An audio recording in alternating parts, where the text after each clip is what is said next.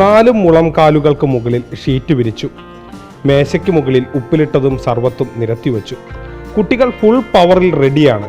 ഇതവരുടെ നാട്ടുകാരന് വേണ്ടിയാണ്. ഞങ്ങളെ സുഹൃത്തായ സിദ്ദിഖാക്കുവിന് ചികിത്സാ സഹായത്തിന് വേണ്ടിയിട്ട് 40 ലക്ഷം വേണം.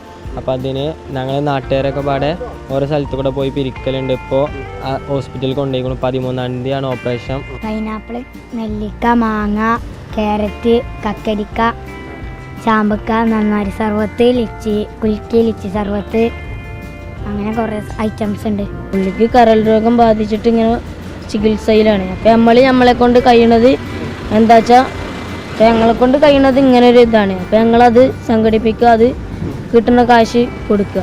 ഇതാണ് ഞങ്ങളുടെ ലക്ഷ്യം. തുടങ്ങിയ ശേഷം കളിക്കാൻ പറ്റില്ല. രാവിലെ ഒരു 9 മണിക്ക് തുറക്കും, പിന്നെ 6 മണിക്ക് അടക്കല. അതുവരെ എങ്ങോട്ടും പോകുന്നില്ല.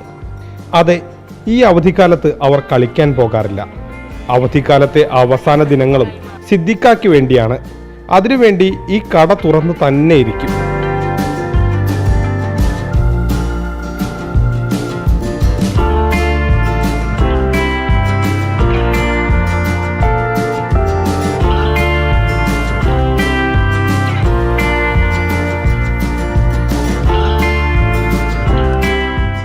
ചെത്തല്ലൂരിലെ ഈ കടയിൽ നിന്നൊരു സോഡ സർവത്ത് കുടിച്ചാൽ അതിന് മധുരം മാത്രമല്ല, മറിച്ച് നന്മയുടെ ഒരു രുചി കൂടി ഉണ്ടാകും.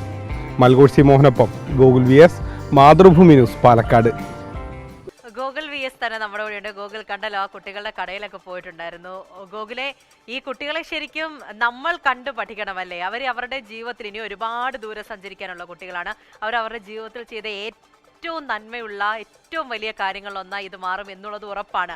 കുഞ്ഞൊരു കടയാണ്, കുറച്ച് സാധനങ്ങളൊക്കെ ഉള്ളൂ എങ്കിൽ പോലും എന്താ ആ തുക അത് ചെറുതാണോ വലുതാണോ എന്നതിലല്ല കാര്യം. ആ കുഞ്ഞുങ്ങൾ മുന്നിട്ട് ഇറങ്ങിയല്ലോ ആ മനുഷ്യന് വേണ്ടിയിട്ട്.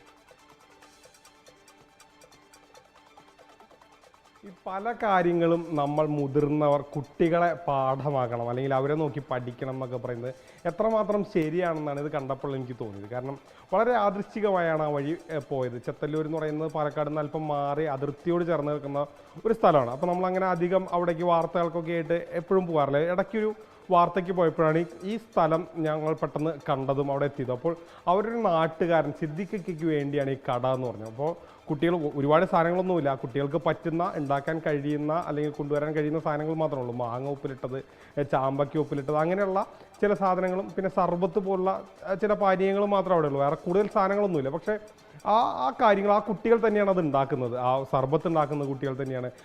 ആ ഓരോ മാങ്ങയും ഉപ്പിലിട്ടത് ആ കുട്ടികളാണ്.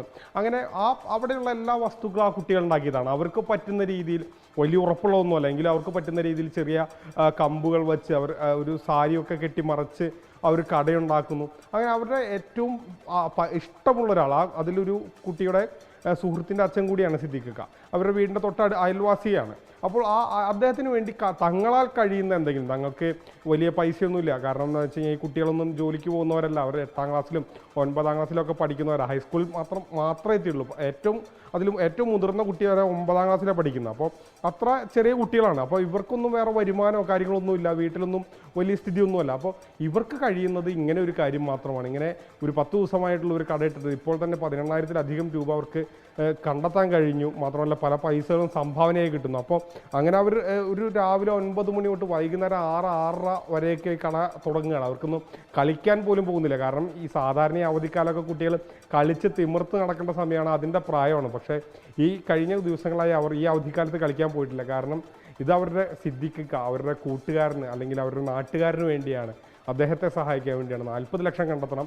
അത് മറ്റു രീതിയിൽ പല രീതിയിലും സംഭാവനകളൊക്കെ തന്നെ അദ്ദേഹത്തെ സഹായിക്കാനുള്ള പ്രവർത്തനം ചെത്തല്ലൂരുകാർ നടത്തുന്നുണ്ട്. അങ്ങനെ സംഭാവന പിരിക്കുന്നതും പണം പിരിക്കുന്നതും അതോടൊപ്പം തന്നെ ചികിത്സയ്ക്ക് ആവശ്യമുള്ള കാര്യങ്ങൾ ചെയ്യുന്നുണ്ട്. അതിൽ ഈ കുട്ടികളുടെ ഒരു പങ്ക്, അത് ആ പണത്തോ